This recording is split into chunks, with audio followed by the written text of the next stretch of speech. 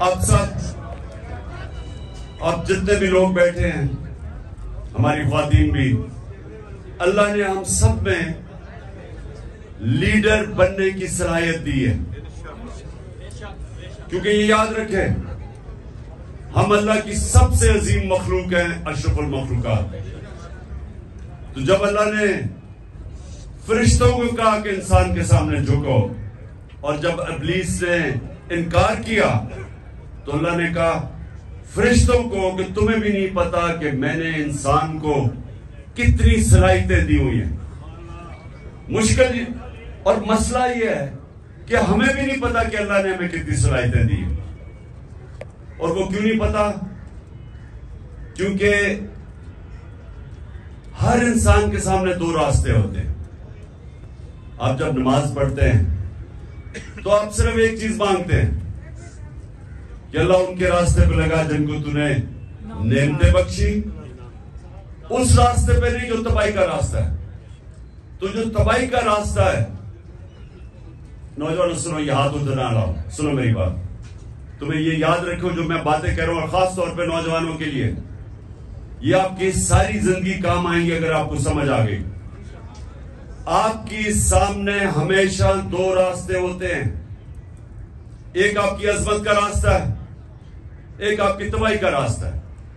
اور نماز میں ہم مانگتے ہی ہیں کہ اللہ ہمیں وہ عظمت کا راستہ دے، مانگتے ہم نعمتوں کا راستہ ہے، اور چاہتے ہیں ہم وہ تباہی کا راستہ، کیونکہ وہ آسان راستہ لگتا ہے۔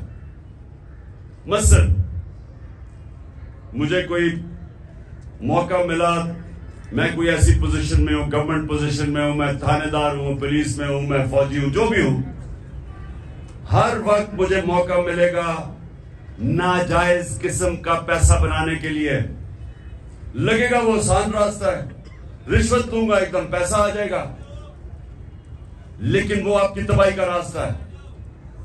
جس وقت آپ وہ آسان، جو آپ کو راستہ آسان لگتا ہے وہ لیں گے، وہ اصل میں آپ کی تباہی کا راستہ شروع ہو جاتا ہے۔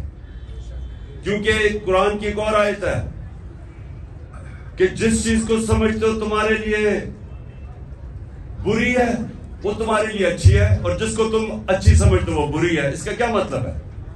کہ جب آپ سمجھتے ہیں کہ یہ بڑا آسان طریقہ پیسے بنانے کا، آپ اپنا ضمیر بیچتے ہیں، وہ آپ کی تباہی کا راستہ شروع ہو جاتا ہے۔ جو لیڈر ہے وہ ہمیشہ وہ راستہ لیتا ہے جو اللہ کہتا ہے کہ تمہاری عظمت کا راستہ ہے، اور وہ راستہ کس کا ہے؟ کس کا راستہ ہے؟ وہ کس کا راستہ؟ دنیا کے سب سے عظیم لیڈر نبی صلی اللہ علیہ وسلم کا راستہ ہے، اور وہ اس کی بنیاد کس پہ رکھی گئی ہے؟ دو کیریکٹرسٹکس کے اوپر اس کی بنیاد رکھی گئی ہے لیڈرشپ کے راستے میں، صادق اور امین، سچ بولنے والا اور انصاف کرنے والا۔ یہ دو کوالٹیز ہیں لیڈر کی۔ جو بھی آپ میں سے لیڈر بننا چاہتا ہے یہ یاد رکھیں، آپ کو یہ دو چیزیں، سچائی، جھوٹا لیڈر نہیں ہو سکتا۔ جب جھوٹا لیڈر ہوتا ہے تو وہ لندن میں جو بھاگا ہوا وہ بن جاتا ہے۔ لیڈر سچ بولتا ہے۔ سنیں، روزہ کھلنے والا ہے، سنیں، میں نوجوانوں کے لیے کہہ رہا ہوں، یہ آپ کی ساری زندگی یہ میری باتیں یاد رکھنا۔ اگر آپ کی پرواز اوپر ہونی ہے، اقبال کا شاہین بننا ہے، جس کا بڑا نام ہوگا، جو اپنی فیملی کا بھی نام اٹھا دے گا، جو دنیا یاد کرے گی اس کو، وہ نبی صلی اللہ علیہ وسلم کے راستے پہ چلے گا۔ صادق اور امین، سچ بولنے والا۔ اور قرآن میں ہے کہ اگر اپنے ماں باپ ان کے خلاف، اپنے خلاف بھی اگر آپ کو انصاف کرنا پڑے، آپ انصاف کریں۔ اتنا زیادہ زور اللہ نے انصاف پہ دیا ہوا ہے۔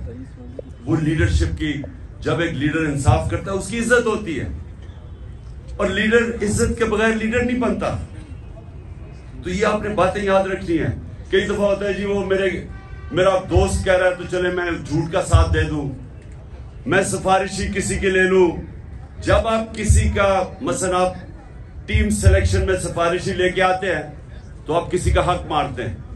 جب آپ حق مارتے ہیں اوپر والے کی برکت نہیں آتی، کیونکہ سارا کامیابی تو اوپر والا دیتا ہے. تو اللہ جب دیکھتا ہے کہ کسی کا کوئی حق مارا ہے، بدنیت ہے انسان، اس کو کامیابی نہیں ملتی. تو میں نے صرف آج آپ کو یہ کہنا تھا نوجوانوں کہ لیڈر دو چیزوں کے اوپر اس کی بنیاد رکھی جاتی ہے. صادق اور امین، سچا ہوتا ہے. نبی صلی اللہ علیہ وسلم کے پاس ایک قریش آیا، کہتا جی میں 60 سال کا ہو گیا ہوں، میرے لیے مجھے کوئی ایک چیز بتائیں کہ میں مسلمان بھی ہو جاؤں اور میں اپنی عادتیں نہ چھوڑوں. میں اب 60 سال کا اپنی عادتیں نہیں چھوڑ سکتا. تو انہوں نے کہا اگر ایک چیز مسلمان ہونے کے لیے تو سچ بولو. سچ میں بڑی طاقت ہے، کیونکہ اللہ الحق ہے، اللہ سچ ہے. جب آپ سچ بولتے ہیں تو اللہ آپ کے ساتھ کھڑا ہو جاتا ہے، آپ کو وہ طاقت ملتی ہے. وہ کہتے ہیں کہ انگریزی میں کہ one moral man is an army، کہ ایک سچا انسان ایک فوج ہوتی ہے، کیونکہ اس کے پیچھے اللہ کی طاقت آ جاتی ہے. اور دوسرا یہ جو انصاف کرنا ہے، یہ یاد رکھیں کہ وہ ابن خلدون کا اس نے کہا کہ میرا تجزیہ ہے، بہت بڑا عالم تھا، کہتا میں نے جو سارا قرآن پڑھی ہے میرا تجزیہ یہ ہے کہ اللہ نے انسان کو زمین پہ بھیجا ہی ایک وجہ سے ہے کہ انصاف کرو، میری زمین پہ انصاف کرو. یہ دو چیزیں یاد رکھیے نوجوانوں، ان دو چیزوں پہ کھڑے رہو، آپ کی معاشرے میں عزت بڑھنی شروع ہو جائے گی. گاؤں کے اندر ایک لوگوں کو پتہ چلے جی وہ آدمی ہے، جو بھی مسئلے ہوتے ہیں وہ ادھر پہنچ جاتے ہیں ان کے مسئلے حل کرنے کے لیے، وہ سچا آدمی اور صادق اور امین ہے. سارے گاؤں اس کی عزت کرتی. نبی صلی اللہ علیہ وسلم کی نبوت سے پہلے سارے مکہ کے لوگ جانتے تھے کہ وہ صادق اور امین ہے. ابھی نبوت نہیں ملی تھی، لیکن یہ خطاب تھا کہ وہ سچا اور ایماندار اور امانت دار آدمی ہے. اس لیے یہ یاد رکھنا کہ دنیا میں اوپر جانا ہے. اچھا یہ سچ بولنا آسان نہیں ہے، مشکل ہوتا ہے، طاقتوں کا سامنا کرنا پڑتا ہے. آپ کے اوپر یہ جو گھر کے اوپر حملے ہو جاتے ہیں، ٹیئر گیس سیلنگ ہو جاتی ہے، لیکن یہ کوئی فکر نہیں، کیونکہ ہمارے نبی صلی اللہ علیہ وسلم نے بڑی مشکلوں کا سامنا کیا تھا. لیکن پھر ان کی جو آج عظمت ہے، اسی ہے ہم آج جان دینے کے لیے اس لیے تیار ہیں کہ ان کے کیریکٹر کی وجہ سے کہ وہ رائے حق پہ کھڑے رہے اور آخر میں ساری دنیا ان کے ساتھ ہوگی. دعا کریں گے اور پھر انشاءاللہ روزہ کھولیں گے.